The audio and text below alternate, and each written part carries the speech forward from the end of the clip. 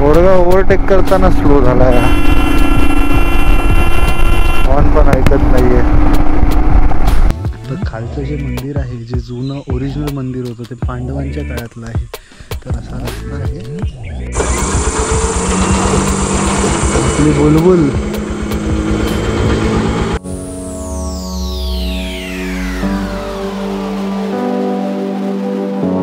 नमस्कार मित्रांनो, पुन्हा एकदा स्वागत आहे तुमचं माझ्या चॅनलवर. आज आपण पुण्याला जायला निघालो आहे. ही सोलो राईड असणार आहे.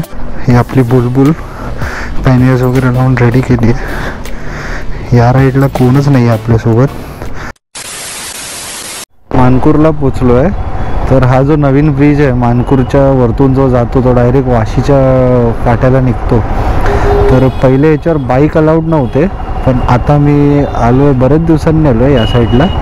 तर असं वाटतं की बाईक अलाउड केले आहेत आता, कारण का दिसतात आहे आणि ते बाईक नॉट अलाउडचं साईन पण तिथे दिसत नाही आहे. बघूया, चढून बघूया, उतरल्यावर समजेल पोलिसांनी पकडलं नाही पकडलं. आपण मानखुरचा ब्रिज पकडलेला की आपण लवकर जाणार या हिशोबाने, पण खालचा रोड बघा, खालचा रोड मोकळ्याने गेले 10 मिनटं झाले ब्रिजवर अटकलो आहे. का अटकलो आहे? अरे बघा, या साहेबांची ही गाडी आहे ती बंद पडली आहे. बंद नाही पडली आहे, ठोकलेली त्यांनी ओलावाल्याला. या दोघांच्या काय बोलतात, या दोघांमुळे एवढं ट्रॅफिक. बापरे, रायडिंग जॅकेट घातला आहे आपण. मस्त गरमी घुसलेली आहे जॅकेटमध्ये. मस्त हीटच्या वाफा लागतात. या 2 दिवस तर क्लायमेट चांगलं होतं, पण आज एकदम हीट जाणवते. संध्याकाळचा टाइम आहे तरी एवढी हीट जाणवते. जुन्या मुंबई पुणे रस्त्याला हाच एक प्रॉब्लेम आहे. एवढे स्पीड ब्रेकर आहेत, एवढे डायव्हर्जन आहे. तुम्ही एक स्पीड पकडतात जवळपास 70-80ची आणि मग परत तुम्हाला ब्रेक मारावा लागतो. पण ठीक आहे, एवढं रजगज पण नसते या रोडवर. मस्त उन्हात पण जर तुम्ही या रोडने ट्रॅव्हल करतात आहे तर मस्त असं हायवेला झाडांची सावळी असतेच, तर थंड हवा चालूच असते इथे. हा लोहागड आहे लेफ्ट साईडला, जो दिसतोय तुम्हाला. इथे खूप सारे ट्रेकर्स येतात ट्रेकिंग करायला. संडेचे ट्रेक्स जे निघतात ते जास्त करून इकडे निघतात. मुंबईचे, लोणावळ्याचे, पुण्याचे लोक इथे येतात. घाटात ते ओव्हरटेकिंगच सांभाळावी लागते ब्लाइंड स्पॉटवर. आणि असे काही लोक असले ओव्हरटेकलाच आपले मौसम तोडणार आहे तर मग झालंच. बघा, पोरगा ओव्हरटेक करताना स्लो झाला आहे, हॉर्न पण ऐकत नाहीये. असतात असे नमुने, काय काय भेटतात रस्त्यात. एवढा काय असा मोठा घाट नाही आहे, पण मजा येते जेव्हा रस्ता खाली असतो. आता तर थोडं गाड्या आहेत. जेव्हा या घाटात रस्ता खाली असतो तेव्हा कॉर्नरिंग करायला जी मजा येते. एक हा घाट आणि एक पुढे महाबळेश्वरच्या आधीचा घाट, साताऱ्याचा. घाटाच्या जेव्हा मध्यभागावर येतात तुम्ही तेव्हा इकडे एक डायव्हर्जन आहे. तर जर तुम्ही बायकर्स आहात आणि लोणावळ्याला किंवा पुण्याला, सातारा, कोल्हापूर जाणार असेल त्या मार्गाने, तर हा एक स्पॉट आहे बघा इकडे. हा मिस नाही करायचा, हा पकडावा लागतो. बरेचदा आपण काय होतं की या रोडने निघून जातो, पण तसं नाही करायचं. आपल्याला इथून हे पकडून, हा जो खालचा आहे तो एक्सप्रेस हायवेला जातो परत, आणि तुम्हाला लेफ्टनी वर जायचं आहे. खंडाळा आणि लोणावळ्याच्या मध्ये हा जो पॉईंट आहे, सनसेट पॉईंट असं बोलतात याला. बरेच पर्यटक थांबतात इथे. आणि इकडे पुढे गार्डनसुद्धा आहे की वरतून असा सनसेट दिसतो. इकडून जर खाली बघाल तर खाली एक्सप्रेसवे दिसतो आणि परत तो असा रस्ता फिरून जातो. खाली एक्सप्रेसवे दिसतो. तर इथे पण एक त्यांनी आता नवीन पॉईंट बनवला आहे. पहिले इथे नव्हतं हे सगळं, बॅरिकेड्स वगैरे हे जे लोखंडाचे आहेत ते आता यांनी बांधले. आणि आता इथे पण खूप पर्यटक थांबतात, आणि पर्यटक झाले म्हणून इथे दुकानंसुद्धा आली आहेत. आज खूप लवकर आपण कवर केला आहे डिस्टन्स. ऑलमोस्ट लोणावळा पोचलो आहे आपण. अजून एक 10 मिनटात आपण लोणावळ्यामध्ये एंट्री करून घेऊया एक ब्रेक लोणावळ्यात. थोडं आपल्या बुलबुलला पण थोडं थंड होऊन देऊया आणि आपण पण थोडं थंड होऊया. लोणावळ्यात एंट्री केलेली आहे. 1.5-2 तासात पोचलो आहे लोणावळ्याला. इकडे एक चांगलं हॉटेल आहे मुंबई मसाला म्हणून. तर दरवेळी मी इथेच थांबतो, कारण का इथे पार्किंग देखील आहे आणि वॉशरूम वगैरे पण इथं स्वच्छ आहे. तर मी जेव्हा पण गावी जातो, माझं गाव जे आहे भोरला, तर माझं एक इथेच हॉल्ट असतो. ही आपली बुलबुल, तिला पण थोडं थंड होऊन द्या. मी पण थोडं थंड झालो आहे, पाणी वगैरे पियालो आहे मस्त थंडगार. ट्रॅफिक लागलेलं मुंबईत बऱ्यापैकी, पण ठीक आहे, थोडंफार ट्रॅफिक तर लागतंच. थोडं एक 5-10 मिनटं थांबून निघू पुढच्या प्रवासाला.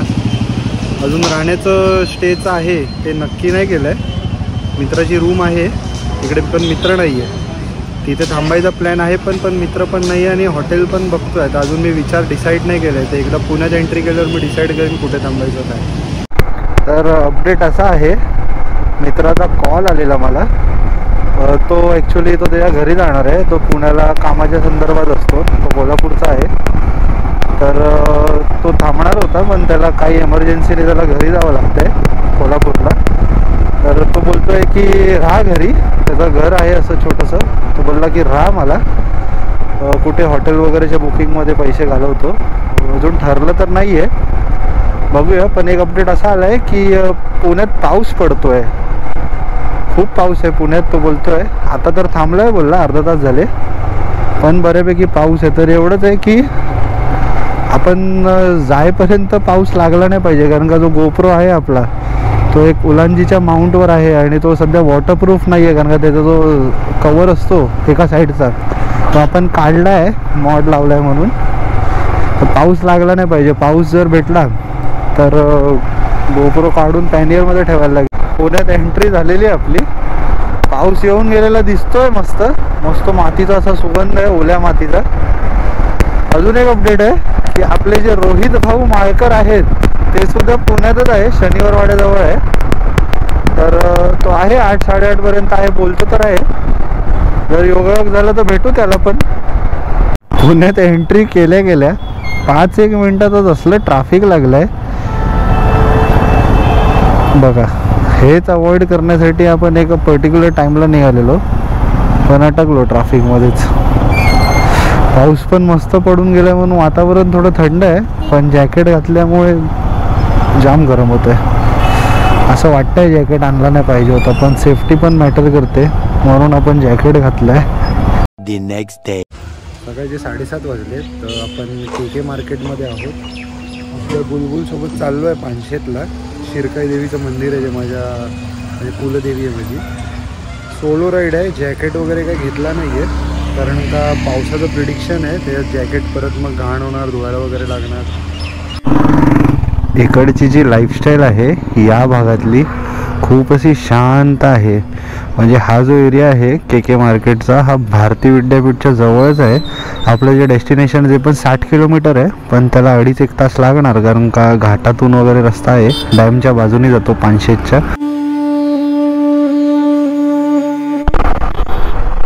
पुण्याचं वातावरण सकाळी असं वाटतंय की कोणत्या एक बाहेरच्या भागात आहे. पुणे शहर आहे बघा, काही गाड्या नाही काय नाही. काल या रोडने जेव्हा मी गेलेलो जात होतो, काल मी मित्राच्याच घरी थांबलो.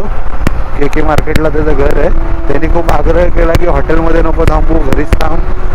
तर इकडून काल जाताना मला 20-25 मिनटं गेले. आता बघा किती मस्त असं मोकळा रस्ता, मस्त हवा चालू आहे. काल पाऊस पडलाय तसा थोडा गारवा पण आहे. भारती हॉस्पिटलच्या जवळचा एरिया आहे, भारती विद्यापीठ, भारती हॉस्पिटल. हा जो रोड आहे हा इथून खडकवासला जातो. आपण जिथे चाललो आहे शिरकोली, ते खडकवासला थ्रू होऊन पानशेतच्या वरती आमची देवी बसली. 2 ठिकाणी आहे आमच्या देवीचं मंदिर. एक शिरकोली गावात आहे इथे पानशेतकडे, आणि एक रायगड किल्ल्यावर आहे, रायगडावर. तर प्लॅन तर आहे रायगडवाल्या देवीच्या मंदिरात जायचं या पावसाळ्यात. थांबलो आहे, ATM मधून कॅश काढायची आहे आपल्याला, त्यासाठी थांबलो आहे. कॅश काढायची विसरलो आहे. वरती जाणार, थोडं ओटीचं वगैरे सामान घेणार, तर कॅशचा थोडा प्रॉब्लेम होणार आहे. खडकवासल्याचं आहे कॅम्प इन्स्टिट्यूट, त्याच्या बाजूने असं आपल्याला वर जायचं आहे. 45 किलोमीटर आहे वरती, एक्झॅक्ट इथून 45 आहे. वरती जाताना एवढे सुंदर असे दृश्य दिसतात, लाईक पानशेत डॅम दिसतो साईडला, आणि वरतून जे व्ह्यू येतात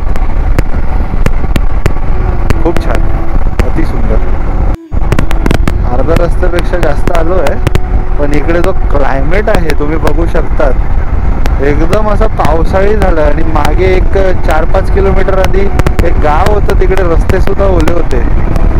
तर मी तर बोलीन की बाबा मी खाली उतरून माझ्या जिथे थांबलोय तिथे पोहोचेपर्यंत तेव्हा पाऊस नको येऊन. गोप्रो सध्या आपला वॉटरप्रूफ नाही राहिलाय. सागरदादांनी एक सांगितलेला मला उपाय, तो करायचा राहून गेलाय गडबडीत, कारण का ही राईड सुद्धा आपली अचानकच झाली आहे. आपले आय गेस तुम्ही माझे जेवढे राईड बघितले 3 झालेत, हा तिसरा आहे माझा.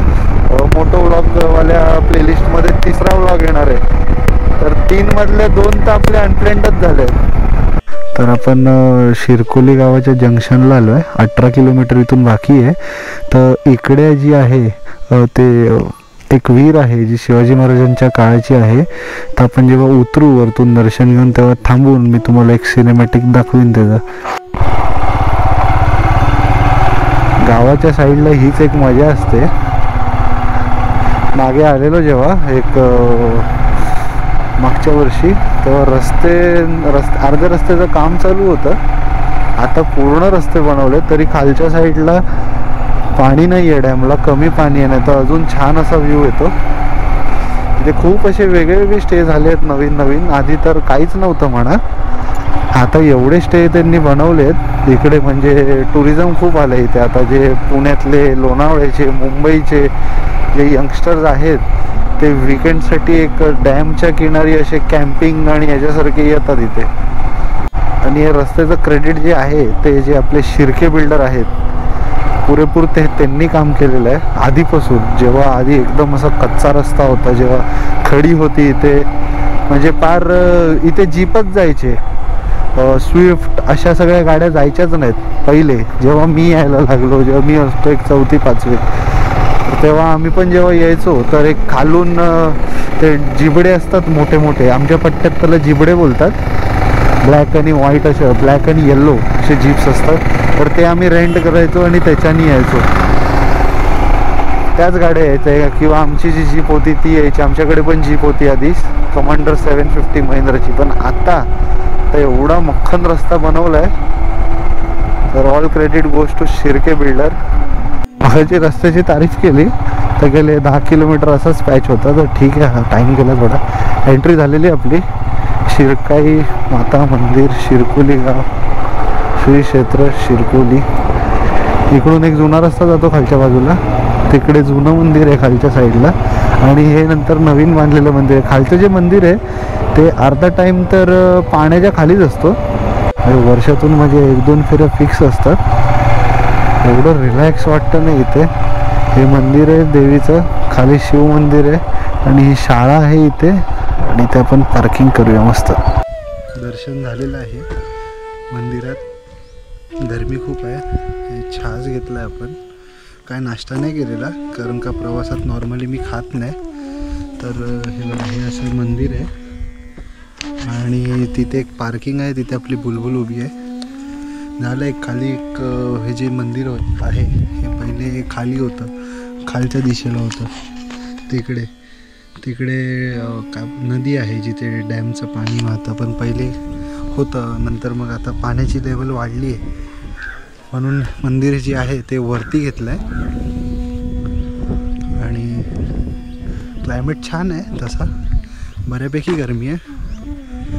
जो गोप्रोचा माझा अँगल आहे, मागच्या जे फुटेज पाहिले तुम्ही, आज सकाळी निघालो तर गोप्रोचा पेट्रोल पंपच्या नंतर थोडासा अँगल सेट नाही झालेला, तर थोडं फ्रेम हे झाली आहे वरच्या बाजूला. इकडे आपल्या देवीचं मंदिर आहे आणि या दिशेला एक शंकर मंदिर आहे. हे पण एकदम जुनं असं मंदिर आहे. मेन मंदिर खाली आहे, इथून असा रस्ता आहे खाली जायला, ते पण दाखवतो मी तुम्हाला पुढच्या शॉटमध्ये. खालचं जे मंदिर आहे, जे जुनं ओरिजिनल मंदिर होतं ते पांडवांच्या काळातलं आहे. तर असा रस्ता आहे आणि समोर तुम्ही बघू शकता की ते बघा, हे अर्धा टाईम जे आहे ते पाण्याखाली असतं. आता उन्हाचा सीझन आहे म्हणून पाणी एवढं नाही आहे, म्हणजे नाहीच आहे, नाहीच्याच बरोबर आहे पाणी. पण तुम्ही बघू शकता जे मंदिराच्या वरचं जे आहे ते बघा, त्याला असं शेवाळ आलेलं आहे. तर हा सगळा भाग जो आहे हा पाण्याच्या खाली असतो अर्ध पाऊण वर्ष.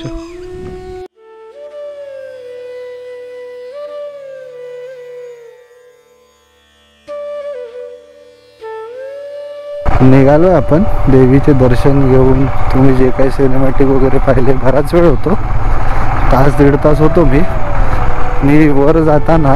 जेव्हा निघालो घरातून तेव्हा गोप्रो सेट केलेला एका अँगलला, पण मे बी मध्ये मी वायझर खोललेला पंपवर आणि मग पेमेंटच्या गडबडीत लक्षात नाही राहिलं. मला वाटलं मी परत गोप्रो सेट केला आहे, पण तो झाला नव्हता. तर जे मागचे तुम्ही फुटेज पाहिले थोडेसे असे वरच्या अँगलला आहेत, म्हणजे एवढं दिसतंय, ह्याच्यावरचं दिसतंय. तर माफी मागतो, पुन्हा मी ती चूक करणार नाही. होतं थोडं गडबडीत, एकटा असल्यावर सगळ्या गोष्टी थोड्या ऑर्गनाईज करायला लागतात, डोक्यात विचार असतात. ठीक आहे, प्रत्येक गोष्टीतून ते बोलतात की काहीतरी एक नवीन शिकायला भेटतं. तर आता जेव्हा पण मी गोप्रो ऑन करतोय, तर मी फुल एकदा चेक करतोय की बरोबर तो गोप्रो त्याच्या पोझिशनला आहे का वगैरे. तर हा एक मस्त व्ह्यू आहे, सुकती आहे, पाणी सोडलं नाही धरणाचं. आता तर काय पावसाळा येणार तर परत भरणार.